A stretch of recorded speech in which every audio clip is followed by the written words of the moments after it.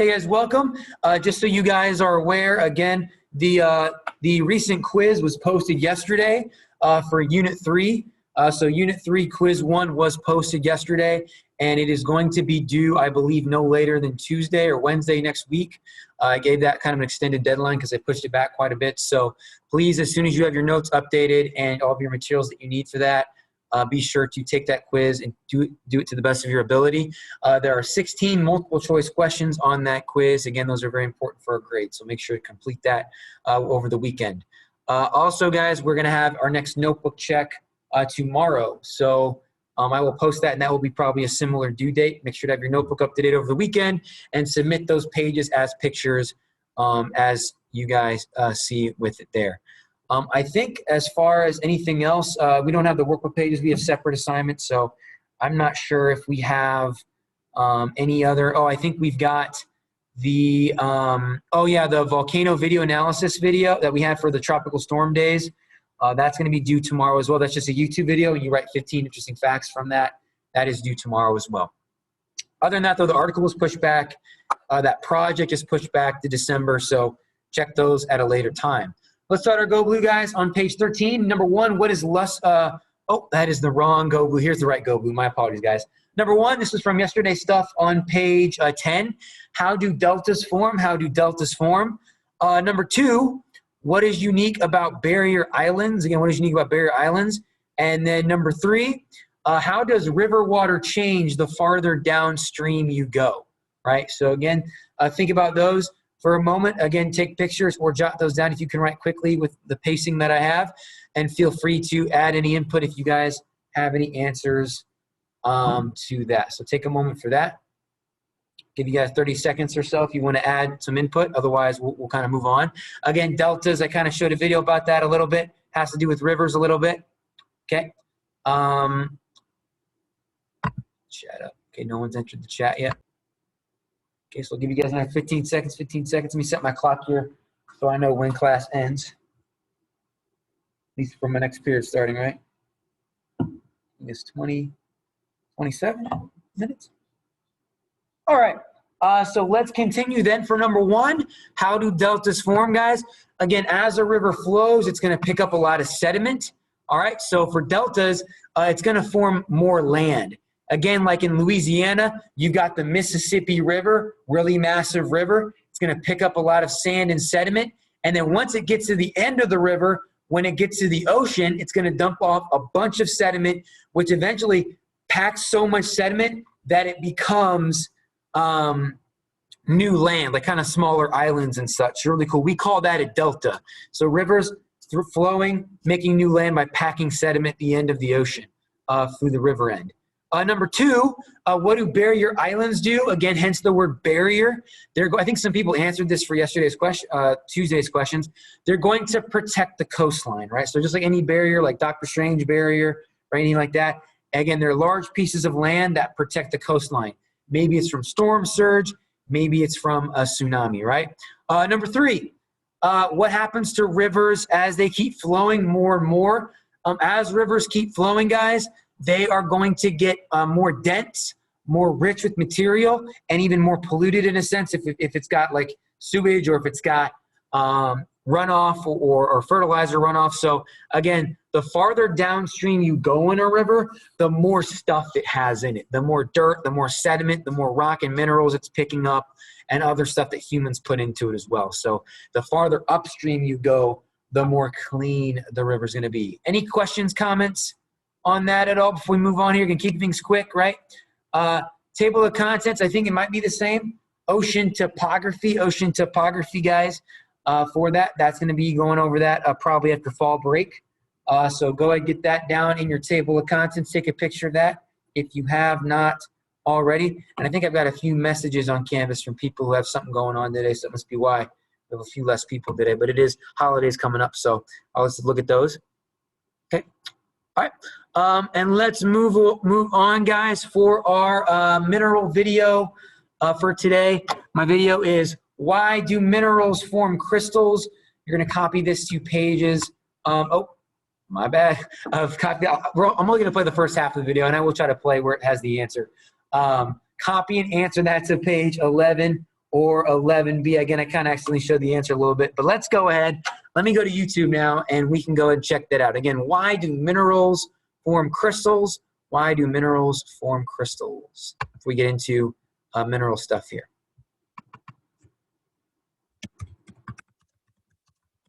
So like, for instance, like rocks, guys, rocks don't really have a shape, right? They're going to just kind of be lumped or rounded. But crystals, like minerals, are pure forms of rock, right? So they get deep beneath the geysers and hot springs of Yellowstone. They get these beautiful, like, triangular crystalline structures, unlike we ever see with rocks. So why is that the case? Let's go ahead and check it out for a little bit here. Let me see if we get our answer. Yeah. In caldera lies a magma chamber, produced by a hot spot in the Earth's mantle. As the magma moves towards the Earth's surface, oh, my bad, it crystallizes to form young, hot, igneous rocks. The heat from these rocks drives groundwater towards the surface. As the water cools, ions precipitate out as mineral crystals, including quartz crystals from silicon and oxygen, feldspar from potassium, aluminum, silicon, and oxygen, galena from lead and sulfur. Many of these crystals have signature shapes. Take this cascade of pointed quartz, or this pile of galena cubes. But what causes them to grow into these shapes again and again? Here we go. Part of the answer lies in their atoms. Every crystal's atoms are arranged in a highly organized, repeating pattern. This pattern is the defining feature of a crystal and isn't restricted to minerals. Sand, ice, sugar, chocolate, ceramics, metals, DNA, and even some liquids have crystalline structures. Each crystalline material's atomic arrangement falls into one of 6 different families: cubic, tetragonal, orthorhombic, monoclinic, triclinic, and hexagonal.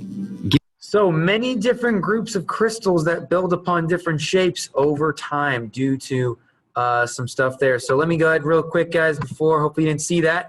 Does anyone want to tell me again, why do minerals form crystals? Anyone have some input in the chat? Maybe get some free points. And here's what I'll do for now on for chat.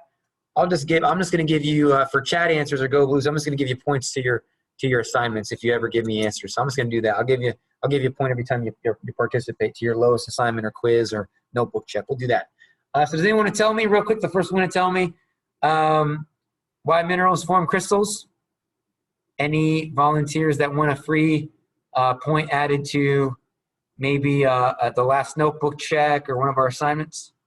Give you guys about 15 seconds. See if I got any chat. Why do minerals form crystals? Give you guys a moment. Got some cool GIFs. Hopefully you can see there. Try to keep things visual, entertaining, right? All right, so let's go ahead and move on. No participants there. Okay, so no points there. The answer is going to be, guys, the repeated patterns of the atoms. Right, so we not only get beautiful crystals, we get many different kinds and sets of them due to their patterns of the molecules and the atoms and so on and so forth, right? So really, really cool stuff there, We're going to go ahead and move on. I want you guys to go to page 12. We are going to look at the different ways we identify minerals, So this is going to be page 12. And we'll look to do just half of these. There's 9 total. What we did in my on-campus class was I had students make mini posters of each one, and then they presented them. But we obviously can't do that, so I'm just going to kind of keep it old school, keep it traditional with our class, and just walk you through each one. But I'm only going to go through 4 or 5 today, and then 4 for maybe Friday's video lesson. Let's go ahead, guys. So go to page 12, guys. Go to page 12. I want you to title page 12, Mineral Identification Factors. Mineral Identification Factors. So go ahead and make sure you add that. Okay. Again, title page 12, Mineral Identification Factors, guys. We'll have 2 video breaks and a question here in a little bit. That's the title of page 12. Okay. And if I go too fast, let me know if you want a picture of that. Again, just feel free to take pictures and then you can just copy them later and then delete all those pictures later if it's in your notebook, right? Because you're graded on the notebook check for these. Our first mineral identification factor is crystal form. We just kind of talked about it, right? And just jot down, guys, that crystal form, again, we got the 9 categories and the details. These are the details with the little triangles. Crystal form is the shape of a mineral, right? So again, there's many different crystals, as you can see here, many different types. And just so you guys are aware, the perfect crystals we see in movies or in those stores or whatnot, again, those do not usually form like that. Those are not very common. Usually, when those are the case, especially in stores, they're put in machines and made into perfect crystals. But when they're discovered and taken in, they're not going to be those perfect crystals, right? Okay, let me go ahead and let's take a quick question break before we do about 3 or 4 more of those. Again, does anyone else need pictures or time? I'm looking at the chat. I don't see anybody. You double check the chat. Nope, nobody's added to the chat. Keep things at a good pace. I'm trying to keep my lessons like no more than 20 minutes long usually, guys. Oh, don't want to move that. Oops, got to fix that. Hold on. There we go. Okay, let me go ahead and go to our card questions.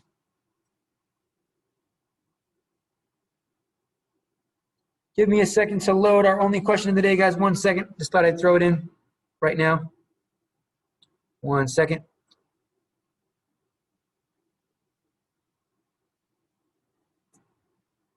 Oh, my bad. My bad. Hold on. I picked the wrong one. There's so many questions in this, guys. I got to always scroll down and look for it. What? Erosion. Looking for the erosion question. Okay, here we go. Got it. Got it. Okay, see what you guys know from the other day, right? Take a look at our question here now, guys. What type of erosion creates sandbars? What type of erosion creates sandbars? Is it A, water erosion, B, wind erosion, C, gravity erosion, or D, water and wind erosion together? Go ahead, please participate in the chat and answer those questions. Is it A, B, C, or D? What will be the answer to our card question there? Okay, so what type of erosion creates sandbars? Is it going to be A, water erosion, B, wind erosion, C, gravity erosion? Or is it D, water and wind? Please add your answer to the chat.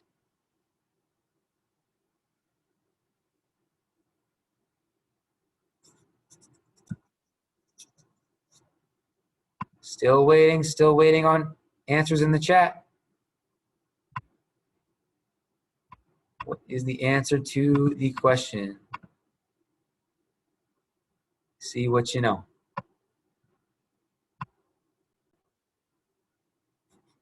Is the chat not working? Nobody's answered. Uh-oh. Oh, there we go. Okay, Diego. Appreciate you, Diego. Appreciate you. Appreciate you. I got Diego with our first answer. Go ahead. I still got 7 more people I need. Thank you, Cass. Thank you, Daniela. Thank you. I've already seen some right answers. I've already seen to everybody though. Okay, don't be copying your buddies. Okay, because you're gonna see these on the note. You're gonna see these on the quizzes. Okay, I think I like what I see here. I'm gonna shout out some people now. And I'm gonna add this to your participation grade that helps round you up a letter grade if you're close to the next letter grade. So that's great. Okay, so correct answer, guys. If you didn't know, let me go close the chat. Correct answer is going to be letter D, guys. Water and wind. That was on page 10, right? Water and wind erosion are going to be what make sandbars. Keep in mind, sand dunes, it's wind by itself. Sand beaches are going to be just water. So shout out to Cass, Daniela, Sanaya, Javante, great job, and Yorkie. Shout out to you guys. Again, that's going to add to your participation grade for our Zoom courses. Let's go ahead and go back to our, let's do about 3 or 4 more categories here. Back to page 12, guys, page 12. Now we've got luster. What is luster? I'll give you guys a second for that. Give you a second when we talk about it. Luster. Take a picture, jot down real quick.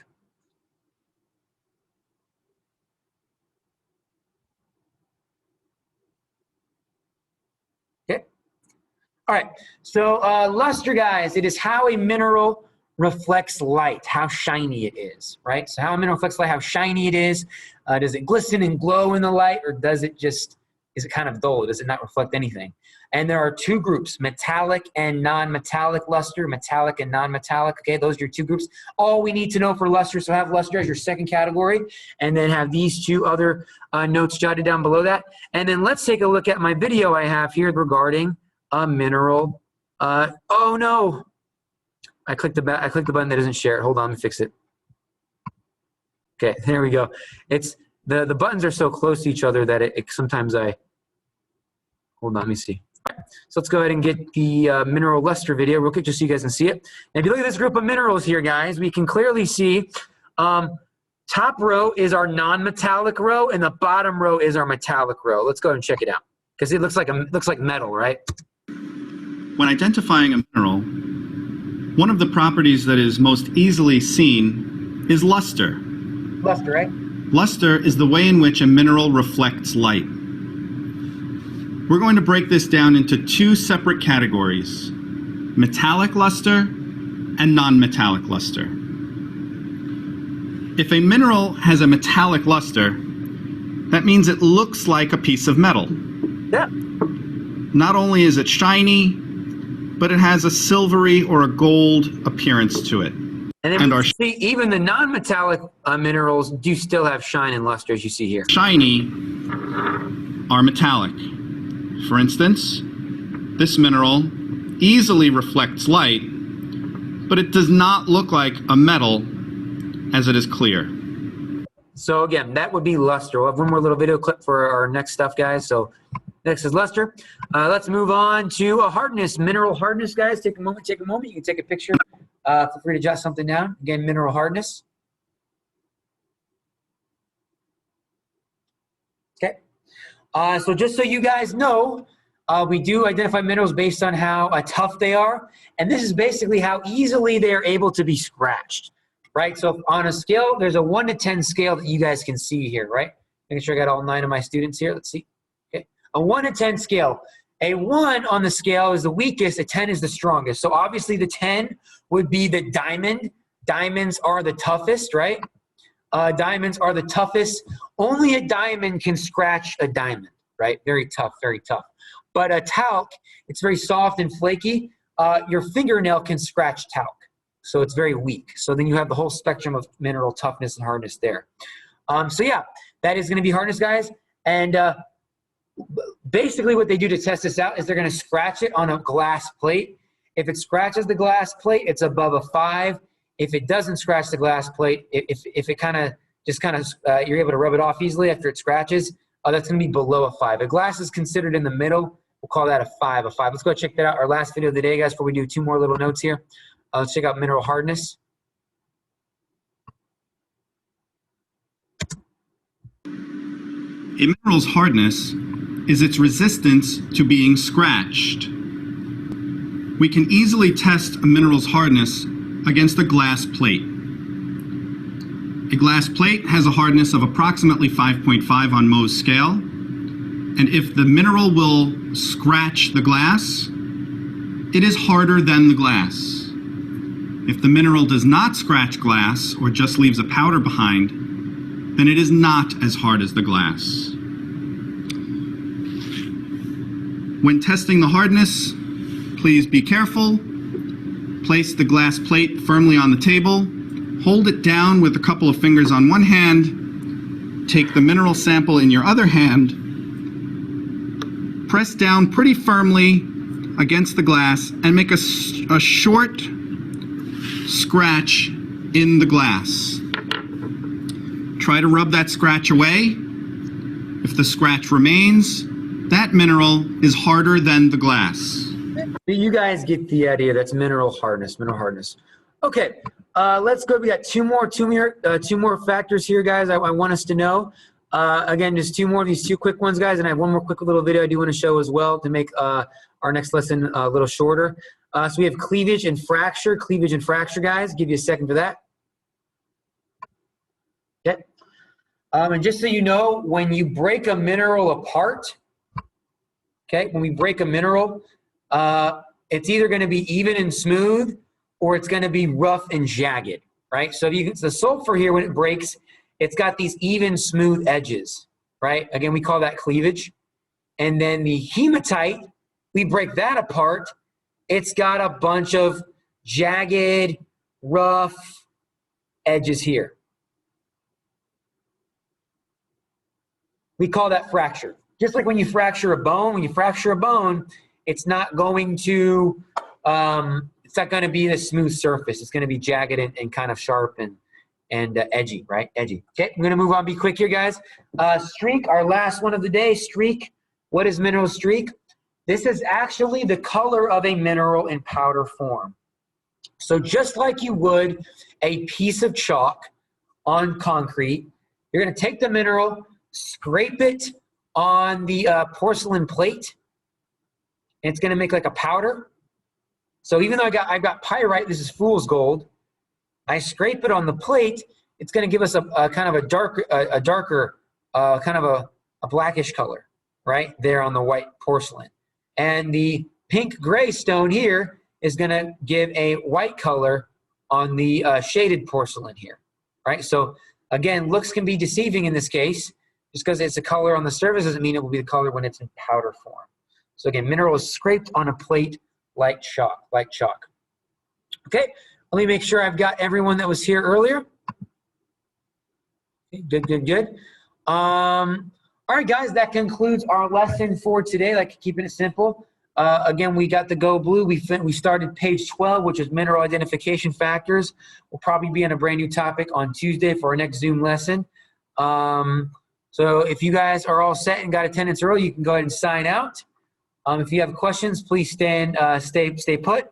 And if you have a question, you can let me know and ask me now. But otherwise, you guys can sign out if you already got your attendance. You're good to go. Have an awesome day, guys. Don't forget, notebook check tomorrow. Get the quiz done. Notebook check tomorrow. And the volcano video analysis. 1 second. Let me go ahead and end recording.